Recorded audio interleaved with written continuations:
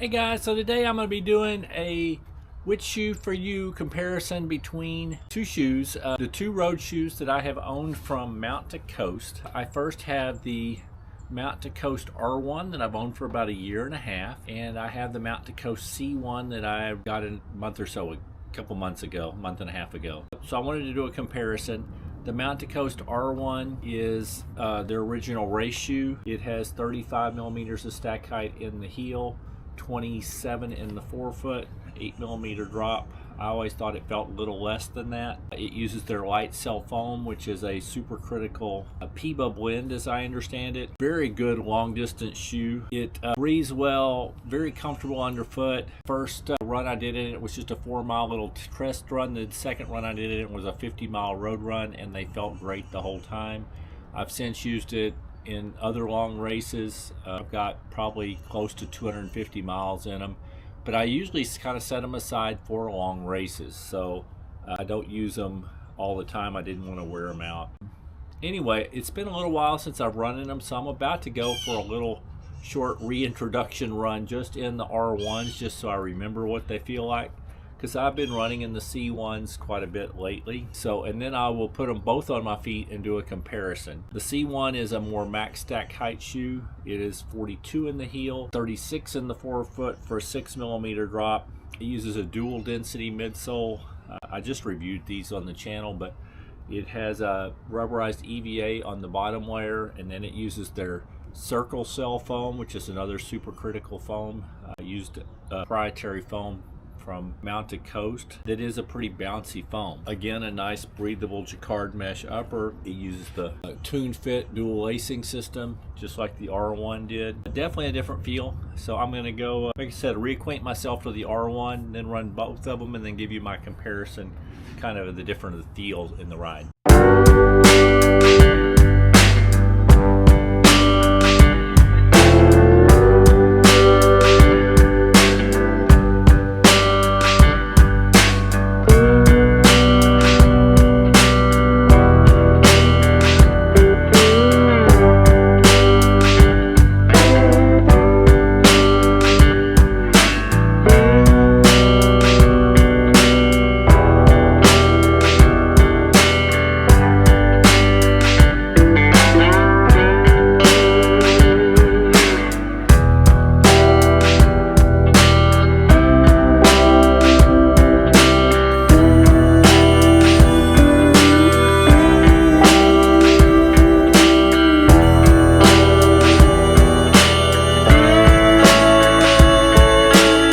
Guys, so that was a great refresher why I like the Mount to Coast R1 so much for long ultra runs on the road. You forget, I don't think I had run in them since the Perpetual Motion 12-hour race in December, so it's been several months, but I'm remembering the things I like about them.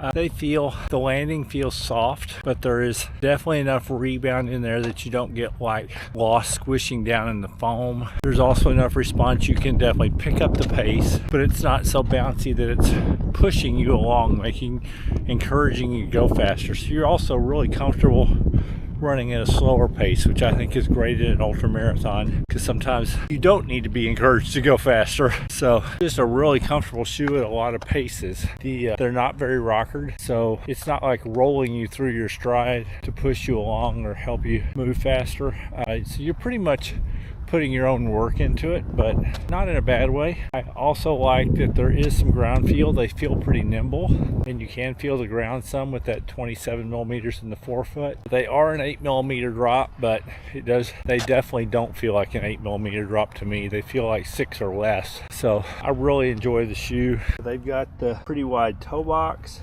They're pretty standard, I think, through the heel and midfoot, but the toe box is pretty standard, and they've got the Tune Fit lacing system, so you can loosen them if your feet swell during the run. I just think they are excellent for long runs. Another thing they have is that what they call zero sag technology, where they worked with BASF and they put the insert into the shoe to keep the foam from sagging during a long run. A lot of shoes, even though they'll bounce back and they can last hundreds of miles, real often in the middle of a really long run, over, where you're going 20, 40, 50 miles, after 20 miles, the foam starts losing some of its resilience just during the run, and it kind of sags. I really do think that zero sag technology helps, because in the runs that I've done that have been around 50 miles in these, the foam feels the same at mile 1 and at mile 50. So I'm impressed by that technology. That and these weigh about 8.5 ounces in a men's size 9, so they're reasonably lightweight. Anyway, so I'm really remembering how much I really enjoy the R1s. Now I'll put on the C1s and do a little bit of a comparison.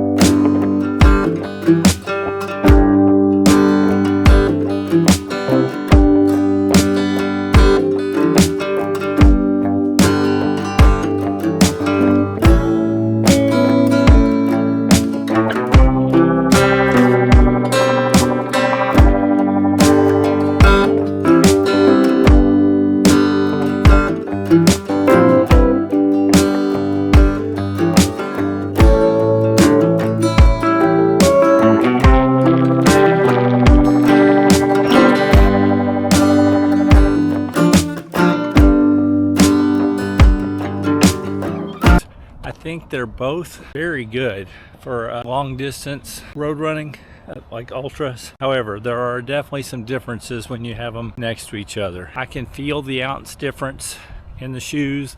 The R1 is definitely lighter than the C1. The C1 is actually pretty light for a shoe with its stack height, but it's still about an ounce heavier per shoe than the R1. The R1, you still have some ground feel. The C1 is tall enough you really don't at all. And there's the obvious physical difference that the C1 makes you feel like you're on stilts, you're a lot taller up. As far as stability goes, I'd put them both up there as pretty stable. Neither one have like stability elements built into them, but the R1, like I said, you still have some ground feel. You're fairly not super high from the ground, and it's not super rocker or anything, so you're pretty flat on the ground, and it's very stable feeling. The C1, on the other hand, you're definitely up and it is rockered. However, it is such a wide platform, and it's got that firmer EVA layer on the bottom of the dual density foam, so it's also a very stable feeling shoe. Okay, so I just wanted to show that the C1 is quite a bit taller than the R1. The C1 rocks more than the R1. They both have some rocker, but there's quite a bit more in that C1 than the R1. And then by showing the bottoms of the shoes, you can see that the width of the C1 is quite a bit more. It's quite a bit wider, which helps it have as much stability as the lower stack height R1. As far as width goes, they both have pretty wide toe boxes, though the C1 is wider throughout. So it's a little bit more of a wide foot friendly shoe, I would say, because you even have more room in the heel. I have to lace it up tighter to get it to hold my foot, which is probably slightly narrower than medium width, but very close. And I also have to pull the Tune Fit tighter in the front. So it really kind of comes down to what you want. If you want the more protective, higher cushion feel of the C1, its rocker it really rocks through really nice and feels good while you're walking. It also, the foam in it is probably a little bit more propulsive when you're rolling through the front of your stride. I think the Circle Cell's a little bouncier foam. However, the R1 on the other hand is lighter and still feels really comfortable and has a lot of benefits. So it is really a which shoe for you. As for me owning both of them, I'm probably in my next long fixed time race, I will probably start off with the R1 unless my back is bothering me. An advantage of the C1 with all that cushion, the extra amount, is my back does feel better when I'm having arthritis pain. So the C1 if I'm hurting, the R1 if I'm not, and then I would probably run in the R1 and keep going unless my feet start swelling a lot, or once I get reduced to a walk.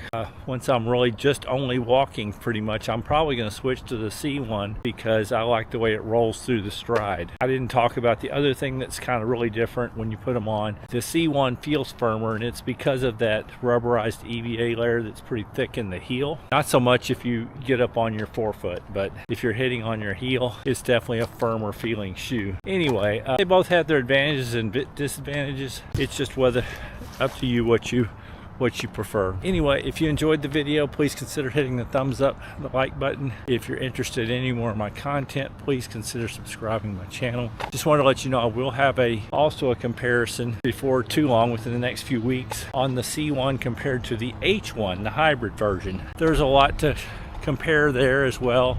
Of course, the H1 has the little bit grippier outsole to allow you to run it on trails, but it actually feels really good on the road. It doesn't have the dual layer, so it is all the circle cell, which makes it a little bouncier. So I'm going to do a comparison between the C1 and the H1 because I also think that's a good comparison to do. Anyway, I hope you're having a wonderful day and keep moving.